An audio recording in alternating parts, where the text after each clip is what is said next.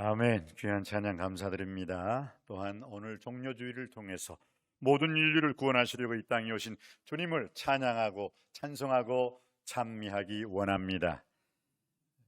종료주일이라는 것은 예수 그리스도께서 십자가를 지시기 위해 예루살렘 성내로 들어오셨을 때 이스라엘 백성들이 예수님을 종려나무 가지를 가지고 호산나 호산나 호산나 하면서 이스라엘의 왕으로 오신 주님 하면서 우리를 긍휼히 여겨주시고 우리를 불쌍히 여겨주시고 우리를 구원하여 주십시오, 구원하여 주십시오 하는 간절한 찬양의 노래였습니다. 호산나.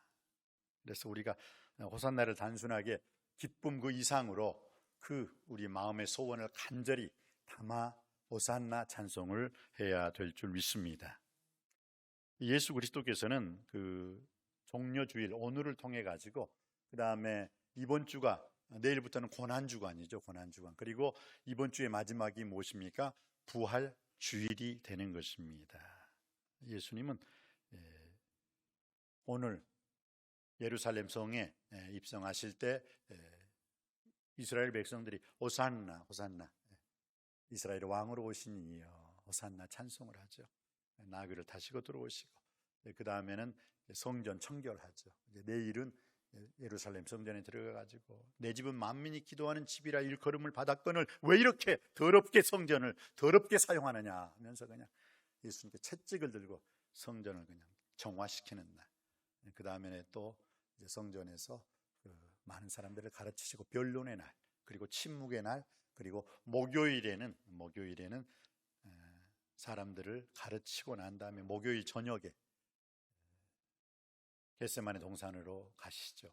그러니까 목요일 저녁에 성만찬 예식도 행하시고 제자들 세족식도 행하시고 그리고 난 다음에 찬양하며 감람산으로 가시죠.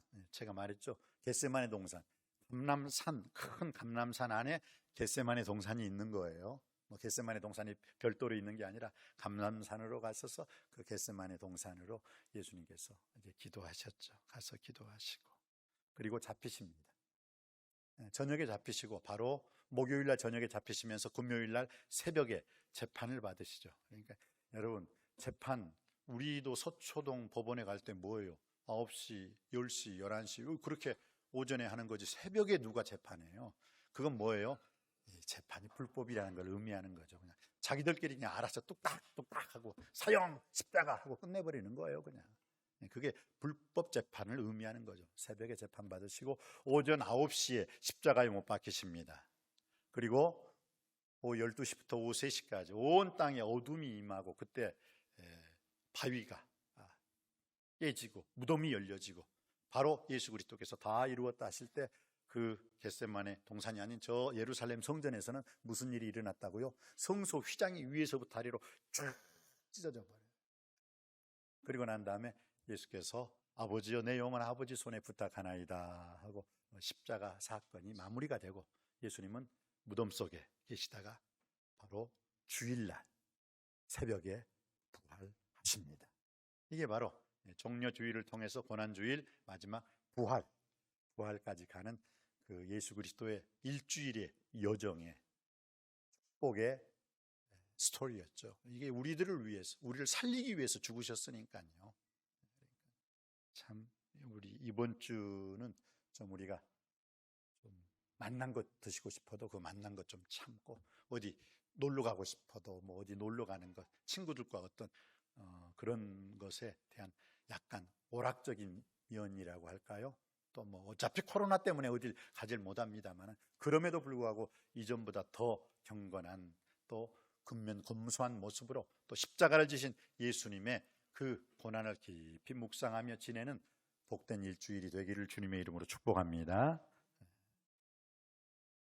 여러분 종려주일에 종려나무가지를 들고 호산나 했다는데 종려나무가지가 한번 아마 스크린으로 나올 것입니다. 저 종려나무. 그래서 이 종려나무를 구하려고 이렇게 했는데 없더라고요. 근데 드디어 제가 구했습니다. 멀리 있는 게 아니더라고요. 오늘 우리 이규정 주의자님이 종려나무 부를 때 계속 참 아멘 은혜스럽다 하면서 그냥 앞을 딱 쳐다보는데 지금 여기에 있는 게 종려나무였어요. 지금까지 이걸 모르고 지금까지 어디서 구해야 되는데 바로 이게 종려나무까지예요. 여러분. 이거보다 종려나무까지는 한 10배 더 크죠. 이걸 들고 호산나 호산나 했는데 하나님께서 이렇게 보여주시네요. 할렐루야. 참 그러고 보면 우리 남석교회는 복받은 교회예요. 지금까지 종려나무까지를 딱 두고 있었으면서도 그걸 어디서 찾았어요? 어디서? 참, 그렇다고 또 예배 끝나고 난 다음에 이거 한 개씩 기념으로 가지가지 마시오. 그러면 큰일 나요. 성물이야 성물. 하나님의 것은. 근데 참 이 종려나무 가지죠. 여러분 보셨죠? 똑같은 거잖아요. 이것을 들고 호산나 호산나 찬양했다는 것. 감사합니다. 이 종려나무 여러분들 꼭 기억하시기 바랍니다. 우리 기독교에서 가장 큰 명절은 성탄절입니까? 부활절입니까? 부활절입니다. 성탄절보다도 부활절이 우리 기독교에서는 가장 큰 명절입니다. 왜냐? 세상 어떤 종교도 부활을 얘기하고 있지 않습니다. 세상 어떤 종교의 교주들 나는 부활이요 생명이니 나를 믿는 자는 죽어도 살겠고 무릇 살아서 나를 믿는 자는 영원히 죽지 아니하리라 그렇게 말한 사람이 어디 있어요? 없어요. 그리고 다 나를 섬기라. 세상에 모든 종교들 보세요. 나한테 갖다 바쳐라. 용왕에게 바쳐야 되고 다 갖다 바쳐라. 근데 주님은 우리를 뭐예요? 섬기러 오셨어요. 주님께서 생명 바쳐 목숨 바쳐 우리를 구원해 주신 줄 믿습니다. 이런 주님이 어디 있냐고. 그래서 기독교 종교라고 말하지 않고 생명이라고 말하는 줄 믿습니다. 그렇습니다. 예수 그리스도께서 또한 부활의 첫 열매가 되셨습니다. 사망의 사람으로 말미암았으니 죽은 자의 부활도 사람으로 말미암는도다. 아담 안에서 모든 사람이 죽은 것 같이 그리스도 예수 안에서 모든 사람이 삶을 얻으리라. 그러나 각각 자기 차례대로 될지니 먼저는 첫 열매인 부활의 첫 열매인 예수 그리스도요. 그 다음에는 그가 나라를 아버지 하나님께 바칠 때라라고 말씀하고 있습니다. 그러면 우리 주 예수 그리스도께서 왜 예루살렘 성에 입성하셨을까요? 왜 나귀를 타고 입성하셨을까요? 예수님께서 나귀를 타고 입성하신 이유는 오늘 성경 말씀에 나와 있죠. 우리 한번 읽어볼까요? 5절 말씀입니다. 5절 말씀. 제가 4절 말씀 받들어 읽을 때 5절 말씀 여러분이 읽어주시기 바랍니다. 이는 선지자를 통하여 하신 말씀을 이루려 하심이라. 일러스되 시온 딸에게 이르기를 내 왕이 내게 임하나니 그는 겸손하여 나귀 곧 몽에 매는 짐승의 새끼를 탔도다 하라 하였느니라. 아멘. 여러분 영화를 보면은 배너라든지 또 이런 로마 시대의 그런 전쟁 영화를 보면 어떻게 해요? 전쟁에서 승리를 하면은 그 승리하는 장군이 무엇을 타고 옵니까? 나귀를 타고 와요? 아니에요. 백마, 또 하얀 백마를 타고 하면 그냥 뒤에 있는 사람 백성들이 다 박수치고 그냥 그 임금도 가이사도 일어서 가지고 환호를 해줘요. 승리하는 장군에게. 임금이 나타날 때도 전쟁에 승리한 장군이 나타날 때도 백마를 타고 많은 사람들의 환호를 받고 들어와요. 그런데 한번 우리 주님은 무엇을 타고요?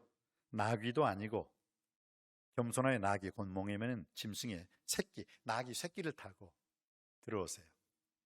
한번 그걸 이미지 메이킹 한번 해보세요. 상당히 예수님이 예루살렘 성에 들어오셨을 때 아마 그것을 보고 웃는 사람도 있었을 거예요. 나귀 새끼니까 예수님이 좀 키가 크셨다면 뭐예요? 오히려 예수님이 나귀를 안고 들어오는 모습이 될 수도 있었을 거예요. 그런데 그 나귀 새끼를 통해서 예수님께서 예루살렘 유월절을 예수님이 예비하셨을 때 베드로와 요한을 두 사람을 보내죠. 그래서 뭐예요? 야, 물동이를 이고 가는 사람을 따라가라. 그리고 그의 집에 이르렀을 때 우리가 묵을 방이 어디입니까? 그런 암호를 대봐라. 그러면 그 사람이 즉시 알아채고 방을 보여줄 것이다. 그래서 유월절을 예비하라. 그렇게 했잖아요. 아마 오늘 성경에서도 또 여기 역시나 예수께서 1절 말씀이죠. 두 제자를 보내셨을 때 과연 누구였을까? 당연히 베드로와 요한이었을 것입니다. 그리고 성전 미문에 앉은 자 베드로와 요한이 금과 은은 내게 없지만 내게 있는 것으로 내게 주노니 곧 나사렛 예수 그리스도 이름으로 일어나 걸으라 했을 때 베드로와 요한이 또 그 놀라운 일을 감당하였던 것입니다. 사랑하는 성도 여러분, 여러분이 쓰임 받을 때 이왕이면 12제자 그 이상으로 베드로와 요한처럼 쓰임 받게 되길 주님의 이름으로 축복합니다. 오늘 그 베드로와 요한을 보내시면서 어떡합니까? 만일 누가 무슨 말을 하거든 주가 쓰시겠다, 맞은편 마을로 가라고 했어요.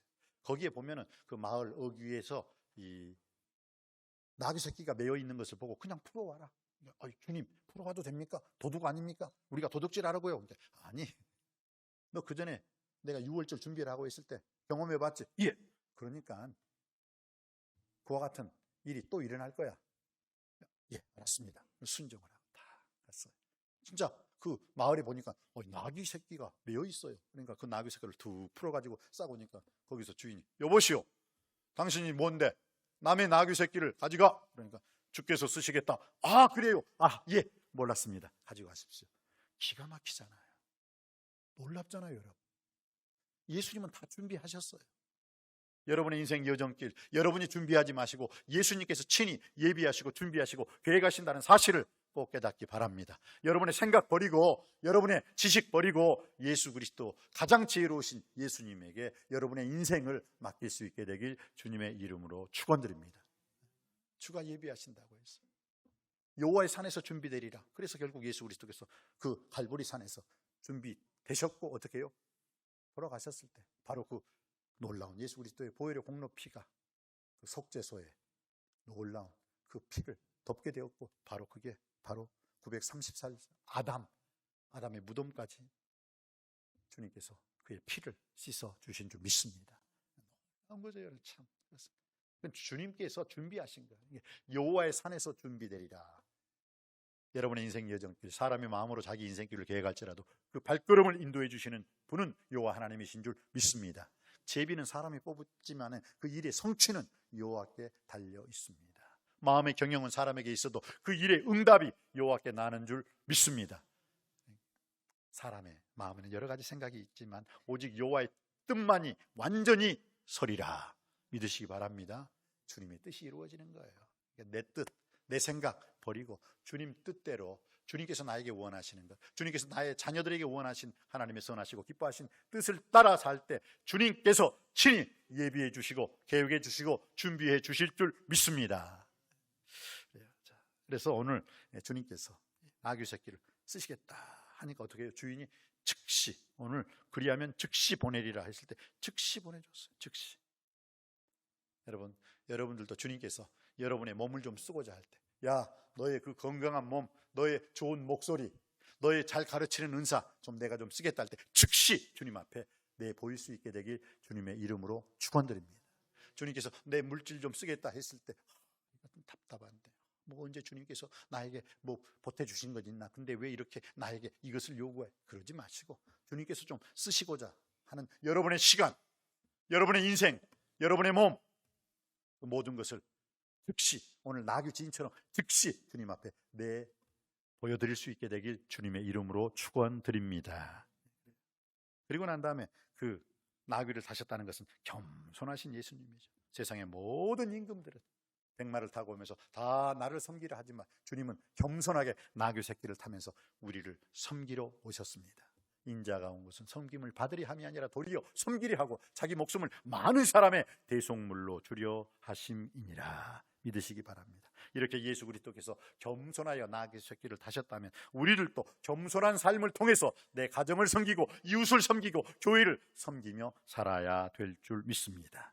그리고 주님께서 나귀를 타셨다는 것은 구약의 예언이 사실적으로 이루어졌다는 거예요. 스가랴 9장 9절 말씀에 있는 말씀이죠. 오늘 시온의 딸에게 이르기를 내 왕이 내게 임하나니 그는 겸손하여 나귀 곧 멍에 매는 짐승의 새끼를 탔도다 하라 하셨느니라. 이것이 언제 스가랴 선지자가 9장 9절에 말씀하신 것이 뭐예요? 먼 훗날 이루어진 거예요. 바로 예수 그리스도가 예루살렘 성전에 들어올 때, 예루살렘에 입성하실 때 이루어지게 됐다는 것입니다. 그렇습니다. 그리스도는 성경의 예언대로 오셨습니다. 그래서 예수님은 성경 말씀대로 사셨습니다. 구약이 애언이라면요, 신약은 무엇입니까? 성취예요. 구약이 말씀이라면 신약은 응함이에요. 구약이 오실 메시아에 대해서 말했다면 신약은 오신 메시아, 오늘 이 시대에는 다시 오실 메시아에 대해서 선포되어야 될 줄 믿습니다. 구약이 오실 예수님에 대해서 말씀하셨다면 신약은 오신 예수님, 그리고 오늘 이 교회 시대는 다시 오실 예수님에 대해서 선포해야 될 줄 믿습니다. 이것들을 증거하신 이가 가라사대 내가 진실로 속히 오리라 하시거늘 아멘. 주 예수여 어서 오시옵소서. 마라나타. 주 예수의 은혜가 우리 모두에게 임하기를 주님의 이름으로 축복합니다. 그렇습니다. 그리고 난 다음에 우리 주 예수 그리스도께서 예루살렘에 어떻게? 예루살렘에 왕으로 오셨을 때 이스라엘 백성들은 뭐예요? 예수 그리스도를 왕으로 호산나, 호산나 왕으로 영접했다는 것입니다. 오늘 말씀 읽어보겠습니다. 8절 9절 말씀입니다. 8절 제가 받들어 읽을 때 9절 여러분이 읽어주시기 바랍니다. 무리의 대다수는 그들의 겉옷을 길에 펴고 다른 이들은 나뭇가지를 베어 길에 펴고 앞에서 가고 뒤에서 따르는 무리가 소리 높여 이르되 호산나 다윗의 자손이여 찬송하리로다. 주의 이름으로 오시는 이여 가장 높은 곳에서 호산나 하더라. 아멘. 호산나. 아까 제가 여러분에게 말했죠. 호산나 그럼 어떻게 말한다고? 이제 봐요.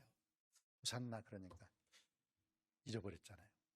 호산나 그러면 구원하소서. 호산나 뜻이. 구원하소서 그럼 뭐라고요?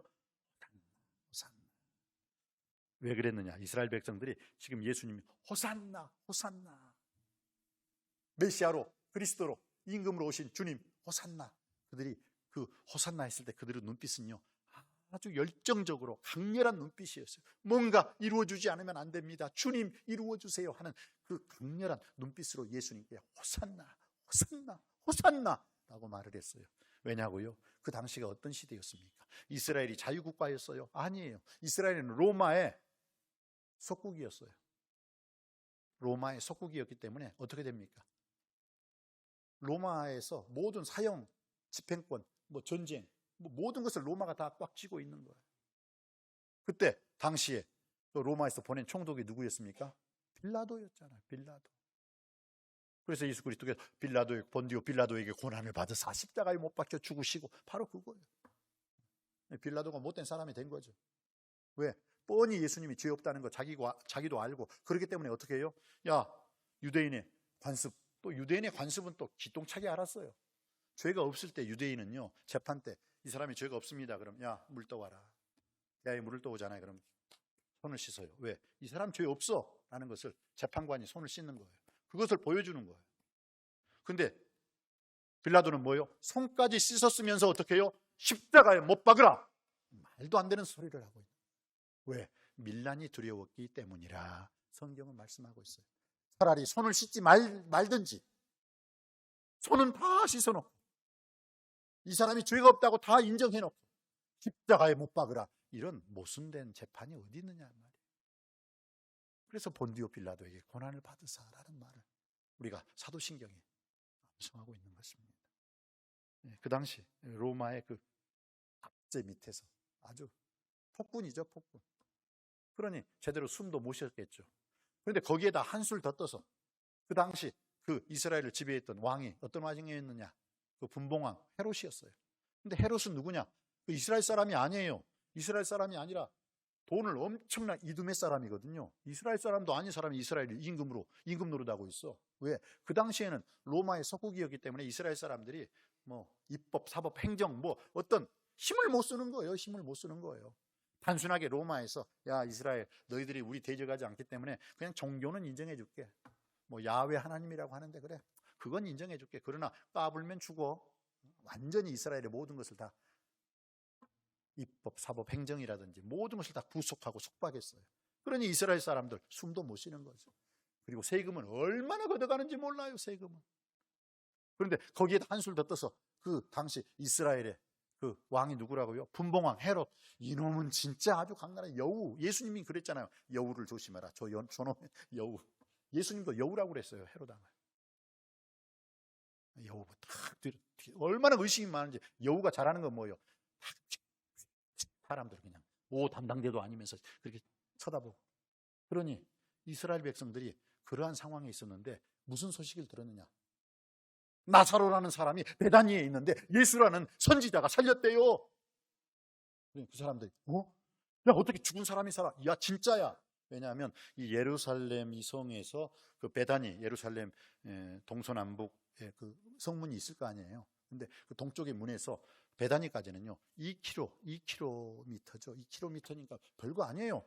남자의 걸음으로 10분, 뭐 여자의 걸음으로 뭐 15분, 20분이면 갈 수 있는 거리예요. 2km밖에 안 돼요. 그러니까 그 예루살렘에서 베다니까지 2km, 바로 조금 전에 일어났던 일, 뭐라고요? 예수라는 선지자가 죽은 사람을 살렸단다. 그 소리가 퍼지는 거예요. 그러니까 예루살렘 사람들이, 야, 그런데 예수를 알는 그 분이 예루살렘에 들어오신단다. 그러니까 기뻐 뛰면서, 야, 이젠 살았다, 이젠 해방이다, 이젠 구원받았다, 호산나, 호산나, 호산나. 안 그러겠어요? 안 그러겠냐고요? 지금 바로 이게 이 장면이에요. 이 장면. 할렐루야. 우리가 이 장면을 안다면 그때 이스라엘 사람들이 어떻게 해요? 호산나, 호산나, 될 대로 되라, 호산나. 그거 아니라 눈빛이 반짝반짝거리면서 호산나, 호산나. 예수님 눈빛을 안 놓치려고 호산나, 호산나, 호산나. 구원해 주세요. 구원해 주세요. 로마의 그 핍박과 압정에서, 그 헤로당의 그 핍박과 압정에서 구원해 주세요. 주님 구원해 주세요 하면서 그 눈빛을 놓쳤겠느냐고요. 눈빛 하나도 놓치지 않았을 거예요. 그리고 그들은 정말 열렬히, 열정적으로, 정열적으로 환영을 했을 거예요. 호산나, 구원해 주셔야 됩니다. 구원해 주셔야 됩니다. 우리를 구원해 주셔야 됩니다. 할렐루야. 바로 그거예요. 그래, 여러분이 호산나 찬송 부를 때 그저 그렇게 부르지 마세요. 지금 이스라엘 백성들은 목숨, 생명 내걸고 호산나 찬송하고 있는 거예요. 우리를 구원해 주시옵소서. 우리를 구원해 주세요. 그러면서 저는 여러분에게, 우리 성도님들은 구원 안 해줘도 돼요? 우리 성도님들도 구원받아야 될 줄 믿습니다. 물질에서 구원받기를 주님의 이름으로 축원드립니다. 가난에서 구원받기를 원합니다. 질병에서 구원받기를 원합니다. 영혼의 문제 속에서, 영혼 그 고통과 갈등, 정신적인 그 고통과 갈등에서 구원해 주시길 원합니다. 죄에서 구원해 주시길 원합니다. 우리의 영혼이 구원받길 원합니다. 호산나. 단순하게 2000년 전에 이스라엘 백성들만 호산나라고 외치는 것이 아니라 오늘 저와 여러분들도 주님 앞에 호산나, 구원해 주시옵소서, 구원해 주시옵소서. 물질의 문제에서 구원해 주시고, 가난에서 구원해 주시옵시고, 질병에서 구원해 주시옵소서, 정신적인 고통과 갈등에서 구원해 주시고, 죄에서 구원해 주시옵소서. 우리의 영혼이 구원받길 원합니다. 내 인생의 영혼 그 문제 그 이상으로 생활고의 문제 속에서, 민생고의 문제 속에서 모든 면에서 구원받기를 원합니다. 이게 여러분의 호산나가 되길 주님의 이름으로 축원드립니다. 그러면 우리가 구원받기 위해서는 어떻게 해야 됩니까? 기도해야지요.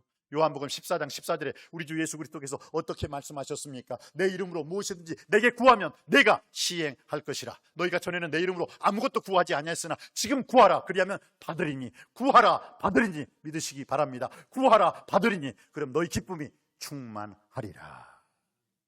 그렇습니다. 우리가 구원받으려면 주님 앞에 기도해야 돼요. 호산나, 구원해 주십시오. 물질적인 문제에서, 가난에서, 질병에서, 정신적인 고통과 갈등 속에서, 죄에서 우리의 영혼을 주님 구원하여 주시옵소서. 기도할 때 구원해 주실 줄 믿습니다. 예수님이 약속하셨습니다. 내 이름으로 무엇이든지 내게 구하면 내가 응답하리라. 그리고 예수 그리스도께서는요, 죽으려고 예루살렘 성에 입성하셨습니다. 베드로전서 2장 24절에 보면 친히 나무에 달려 우리를 위하여 십자가에서 죽으시고, 또한 우리 주 예수 그리스도는 죄에 대하여 죽으시고 의에 대하여 살게 하려 하심이라 라고 말씀하고 있습니다. 여러분, 예수님께서 왜 예루살렘 성에 입성하셨다고요? 왕으로 인정받고 칭찬받고 대접받기 위해서가 아니라 죽으시려고, 우리를 살리기 위해서 당신이 죽으시려고 예루살렘 성에 들어가셨습니다. 믿습니까? 그래서 우리가 구원받았잖아요. 그래서 우리가 이 자리에 있잖아요. 감사해야 될 줄 믿습니다.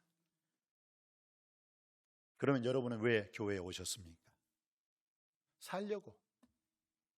좀 살려고. 네, 아니에요. 여러분 이 자리에 죽으려고 오셨어요.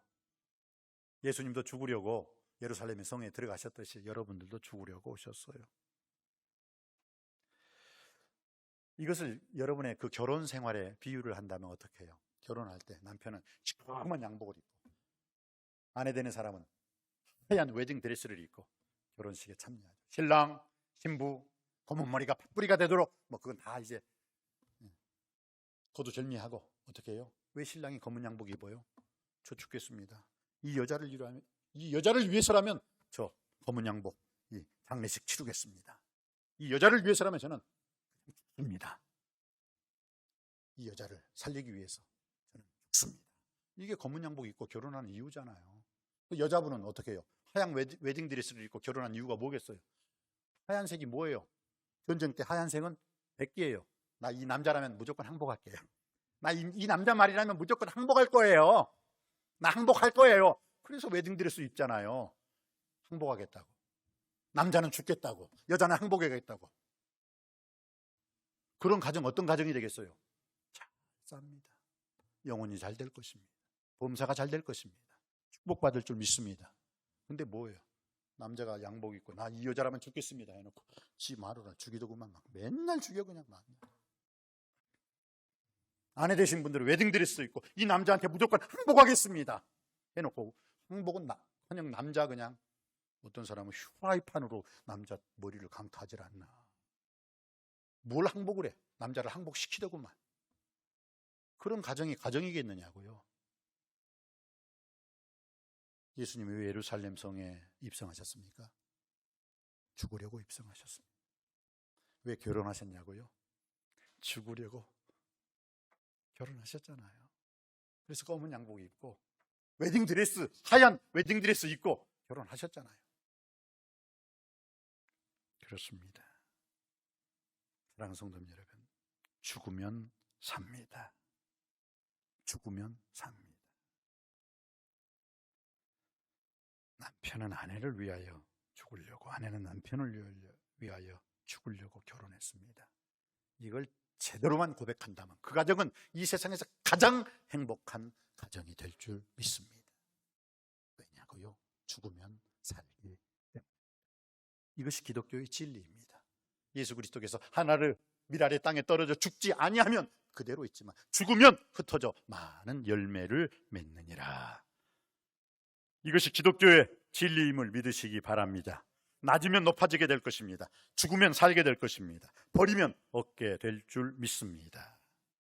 우리 주 예수 그리스도께서는 남을 위해서 죽는 것이 가장 큰 사랑이라고 말씀하여 주셨습니다. 요한복음 15장 13절에 어떤 말씀이 있습니까? 사람이 친구를 위하여 목숨을 버리면 이보다 더 큰 사랑이 없느니라. 이것보다 더 큰 사랑이 없느니라 라고 말씀하여 주셨습니다. 그렇습니다. 예수님은 우리를 살리려고 당신이 죽으셨습니다. 예수님의 죽으심 때문에 우리가 살아난 줄 믿습니다. 우리도 예수님처럼 죽어야 살게 될 줄 믿습니다. 이것이 예수님이 우리에게 가르쳐준 십자가의 도요, 십자가의 진리입니다. 솔직히 정치하시는 분들에게 참 그래요. 내가 죽어야 나라가 산다. 근데 내가 사니까 나라를 죽이잖아요.